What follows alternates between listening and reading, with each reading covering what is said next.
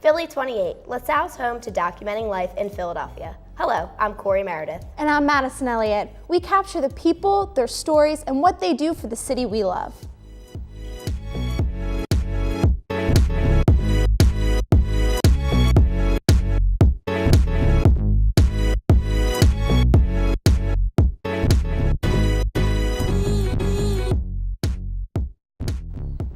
Today, our team will take you into the life of an international student athlete, one of the many faces of the growing overseas recruiting process, and the struggles that come along with it.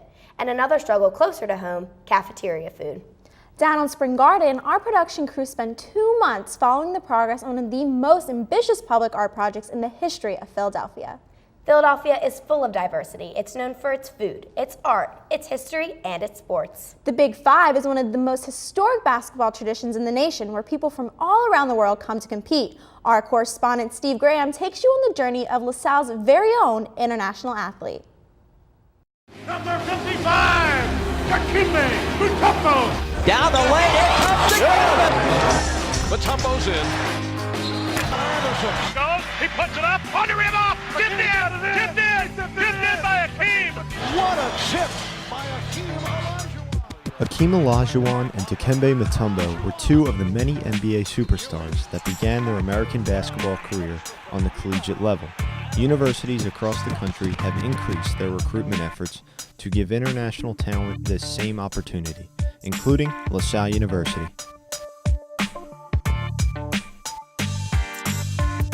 I consider NBA as my ultimate goal. There's really very few things in basketball that he shouldn't be able to do. I totally think he'll have the opportunity to play professional basketball. I think he's a guy who's going to be able to play basketball after college, and this could be his living for some time if he continues to develop his skills.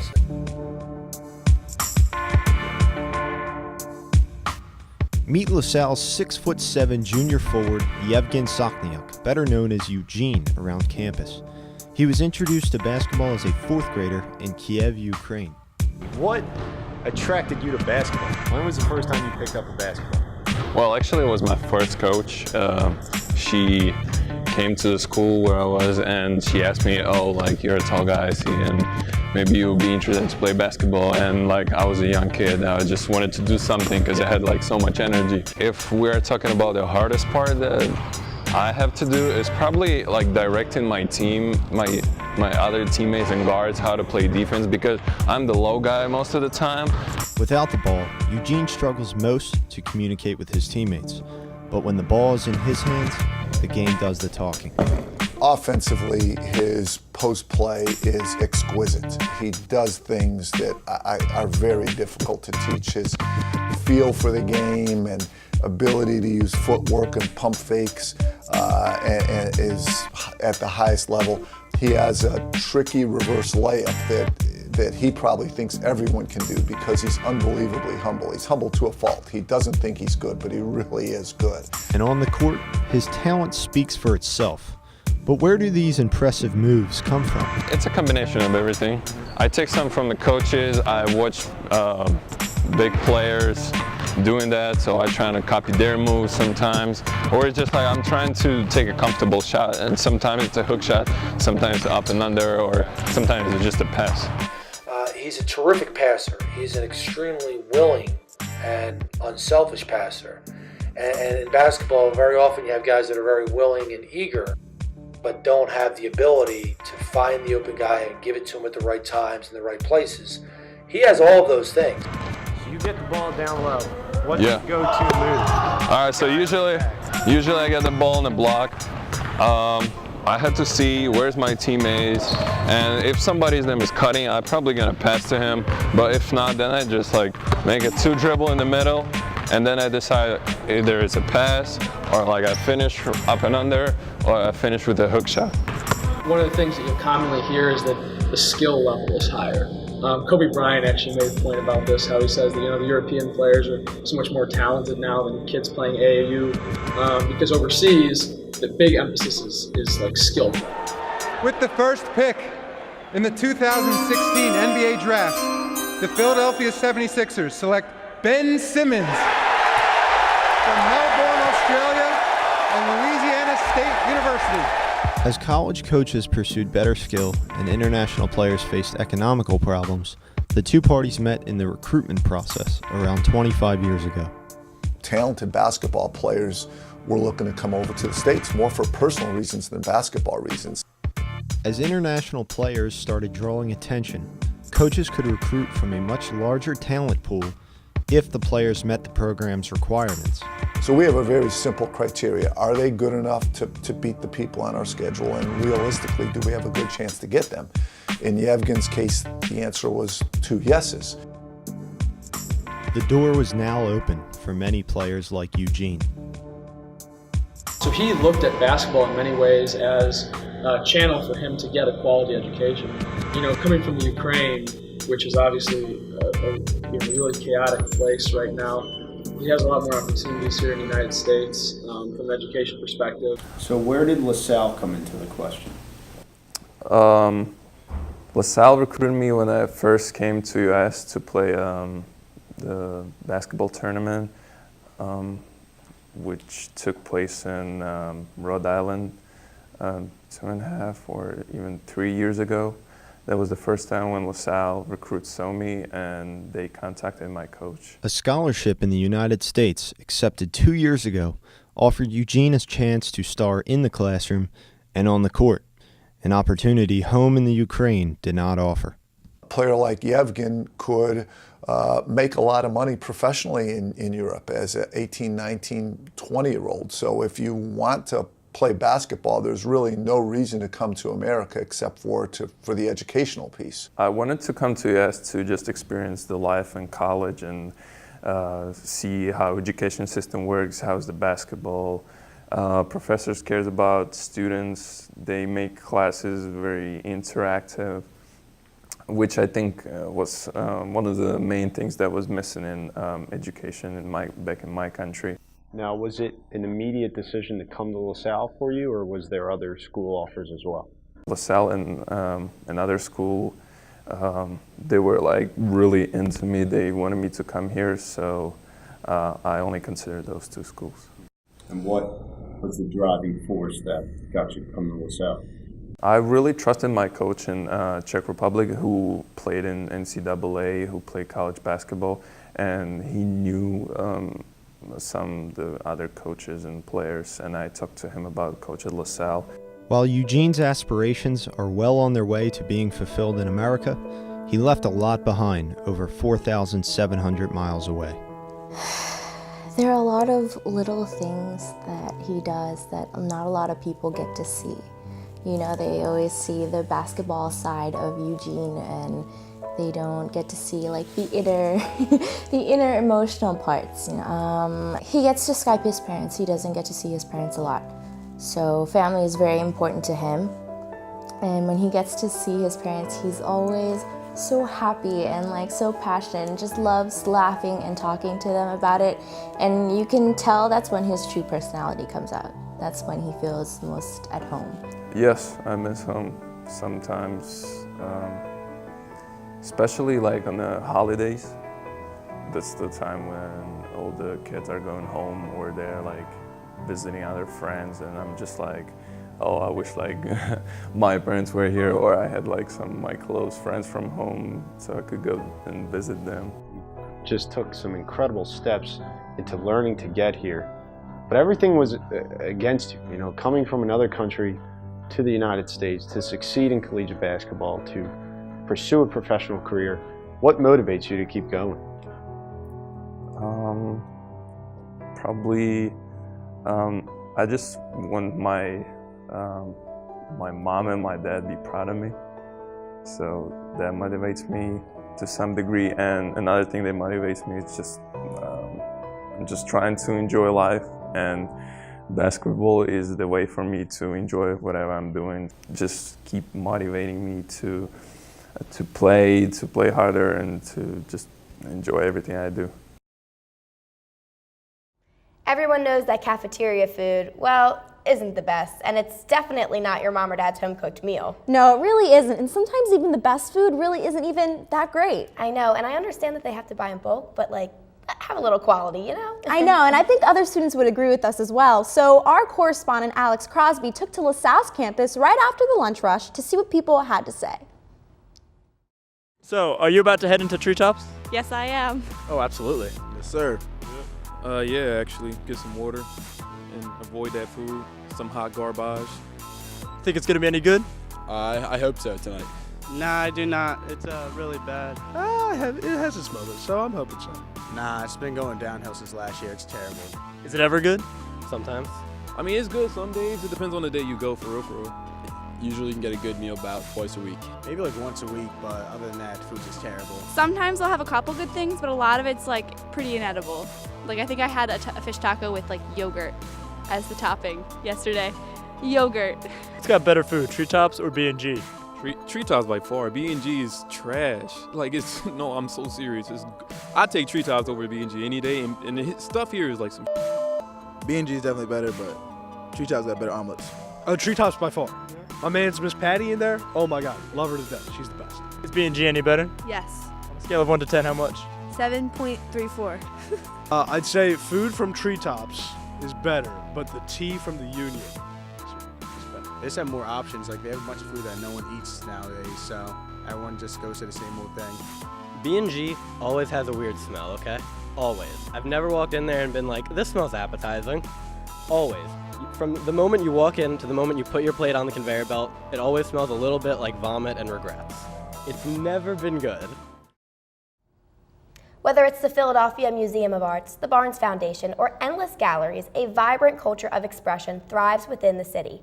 But some of this art we take for granted. As we walk through Center City or any of the outlying neighborhoods, some of the finest art is on display right in front of us. Philadelphia is known internationally as the city of murals, with over 3,800 pieces painted all over. One of these artists is Betsy Casana, a Philadelphia native. She has painted entire neighborhoods, traveled the world to create works, and is endlessly engaged with whatever community she finds herself in. Correspondent Alex Keaton and our crew spent 2 months following the progress of Casana's latest project on the Spring Garden Bridge. This story doesn't play out exactly how you may expect.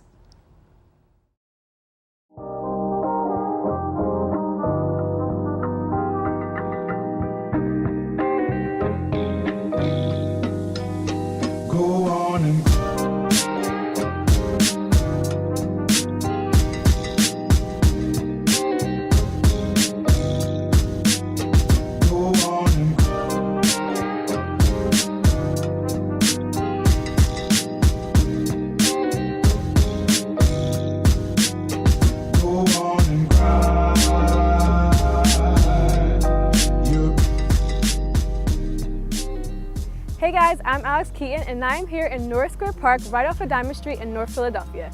Right over here is Fontaine Street, the location of the studio owned by Betsy Casana, a local muralist in Philadelphia. Let's go check it out.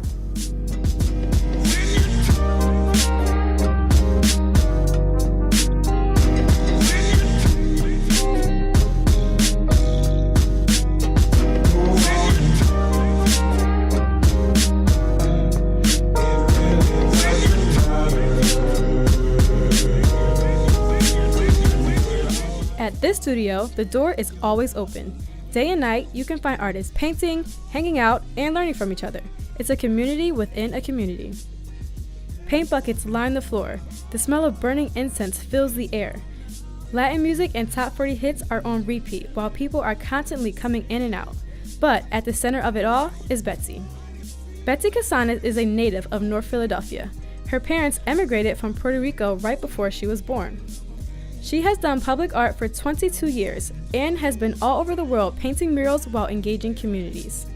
Back in March 2016, Betsy was commissioned by the Mural Arts Initiative and the Philadelphia Museum of Art to paint a mural on the Spring Garden Street Bridge. Now it's October 1st and they are headlong into the project. You've seen murals all around Philly, but this one is a bit different. It is 1,000 feet of color. Working as hard as we can to try to get it finished. We have about a month left. It's the first. Dedication is on the 29th. We have 94 panels. There's about 13 panels being painted, and we have about 27. To put this in perspective, each of the 94 panels that Betsy is referring to is 5 feet tall and 10 feet wide. They will eventually make up a continuous mural that lines the inside of the Spring Garden Bridge. It's not a conventional mural either. It's made up of intricate patterns, and each pattern has a reason. This one is our mural now. So this one I designed really considering the campaign mantua, really trying to respect their voice in the mural and understanding that they really wanted the idea of bulbs instead of bullets, like this campaign against violence, to be a really prominent part of the mural. It's definitely loosely inspired by Talavera's ceramic work and then other stuff. I mean, I start pulling from certain areas and then everything else starts happening organically. It's like you look and you study and you're trying to figure things out, and then other things just start happening. Betsy's work has a message that works with whatever community she's painting in, but in terms of size and painting style, this mural is a new challenge. This is the longest project I've ever done. I've done another one. I've done another city block where I did 30 buildings. That was, just as intense, but the designs were more organic. They weren't as, these are really intricate. The other one was really patterned too. But the way the paint had to be applied was a little bit more loose. It was much more like fluid and organic, and it didn't have, like, these have very specific sections that have to be painted the exact same way. Yeah, where the other ones, the mural that I'm talking about wasn't like that. The block she's referring to is on Front Street. As you can see, patterns make up a key part of her more traditional designs. But for Betsy, this mural is a new direction that's breaking the mold for how she normally does things. So what exactly does it take to paint 94 panels for this entire mural? This is the process. It all starts as a hand-drawn pattern at 1530 or 45 degrees. Then it's placed into a Photoshop file where Betsy arranges all the patterns. It gets colored in Photoshop and scaled to the project size of 1,000 feet. Then it's reviewed at the Mural Arts Initiative 6 to 7 times for approval. Next, they place an order for materials including aluminum tiles, brushes, and lots of paint. Before they can move in the materials, the studio has to be organized to handle the size of the project. Systems are built to hold the panels in place, crafting DIY brackets and placing studs in the walls to handle the weight. Then they prep the 5 by 10 foot panels, hand scratching and applying primer to each one because the aluminum won't hold their iridescent paints. Using Photoshop, each tile is broken down into its own unique design. They fire up the projector, get a panel mounted, and start hand tracing the intricate designs. This takes a couple of hours, and Betsy creates color charts for each different design. And it's not like the mural has just a few colors that they switch between. There can be upwards of 10 unique color combinations on just one panel. Next comes mixing the paint and getting it all organized. Then they paint.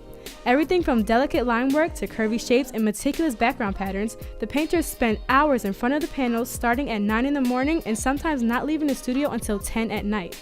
And painting these patterns doesn't mean they just do it once. With the vibrant and iridescent colors, they end up painting 5 to 6 layers on the smallest of details.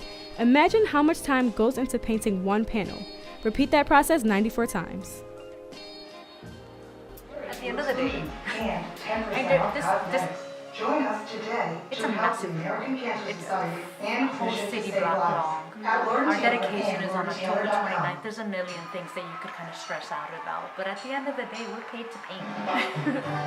Seriously, we're paid to paint.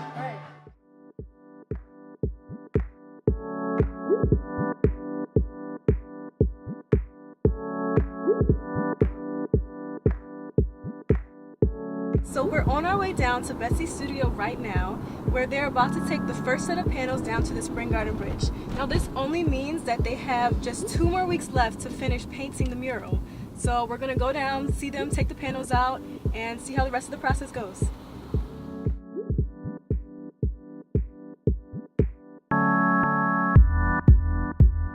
Seeing the first part of the mural get packaged up after 7 months of work made for a surreal vibe in the studio. These artists have spent hundreds of hours in front of these panels, but at the same time, they still have to keep painting.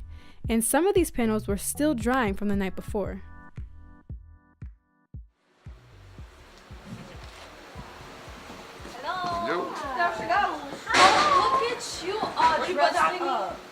but what now? Yeah, you call me twice. Wait, maybe. Next, the contractor showed up and things just started moving.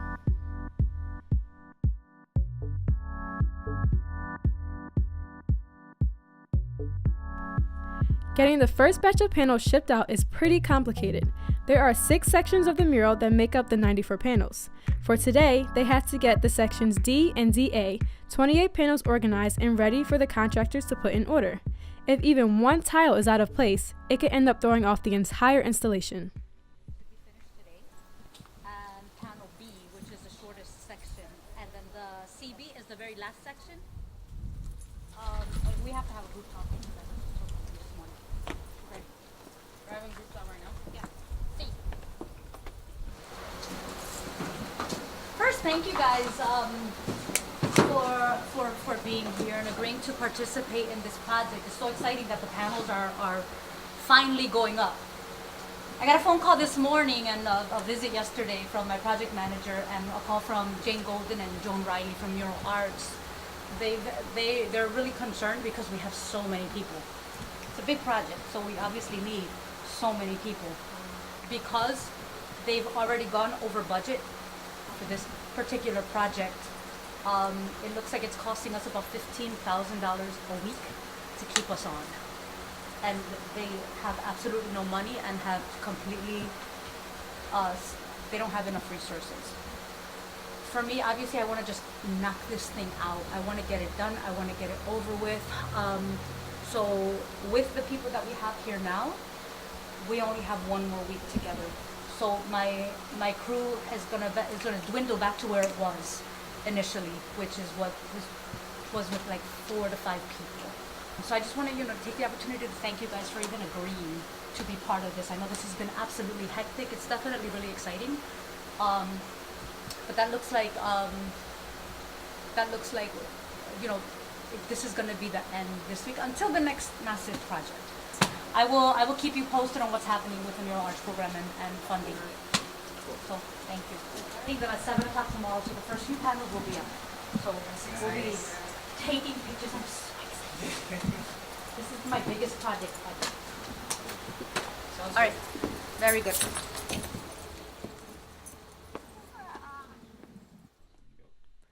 And just like that, it all kind of stopped. No one knew that the funding had run out on the project. As Betsy said, she simply got a phone call that morning to tell her that there was no more money. To be honest, I was confused. If there's no funding, who can dedicate the hours to finishing off this massive mural? We still went down to the bridge the next morning to see the first panels get put up, but things felt different. They canceled and postponed. They postponed the inauguration that was set up to be on October 29th, and now we're not sure what's happening. But hopefully they wanna do the other side for the spring, but I want to get it done now, and so does the crew. We only have 20 panels left, so I think people are willing to come in. There's 11 volunteers in the studio right now, plus the crew members. We've been working too hard to just have half of this up. With the dedication now postponed, Betsy still had optimism, but now it felt like things were really coming to a standstill. When we went back to the studio a few days later to check in, the changes were real.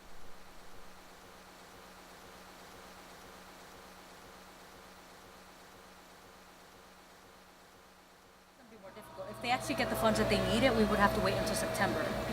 But I think a lot of us are really, we've been working, man. We've been working, so to be so close, we're 2 weeks away from what was going to be the deadline, 1 week away now,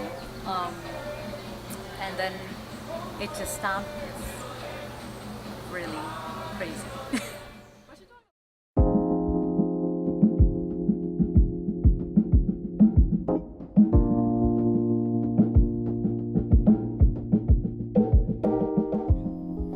There they are, half the panels. On one side of the bridge, a mural. On the other side, metal.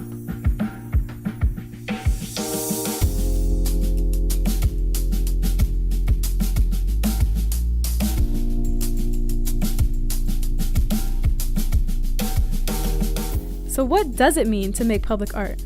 As a muralist, Betsy can't just paint in the studio on her own terms. She has to work with institutions, she has to organize her painters, she has to work off the canvas. And when a project that has consumed her life for over 7 months gets put on hold, how does she keep painting?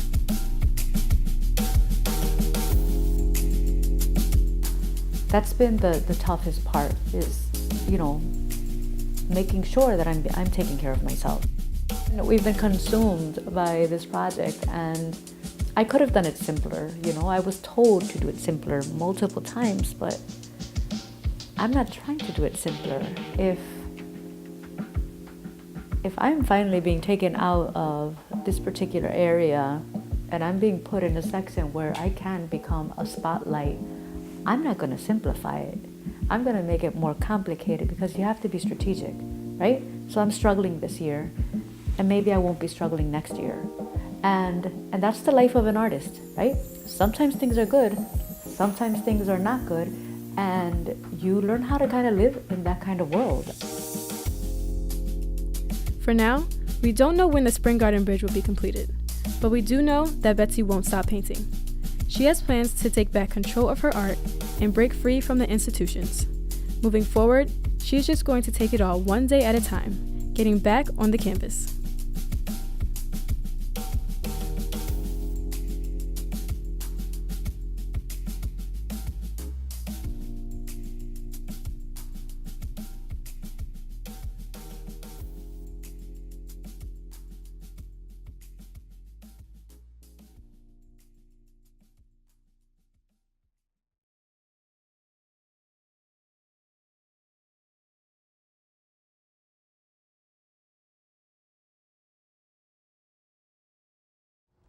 If you want to help out with this project, visit BetsyCasana.com. To check out more of her art, visit the Community Art Studio, a Seed on Diamond in North Philadelphia. Or if you want to stay up to date on Yevkin's stats and the LaSalle's men's basketball team, visit GoExplorers.com. These are just some of the people that make our city so unique. For Philly28, I'm Madison Elliott. And I'm Corey Meredith. Thanks for joining us.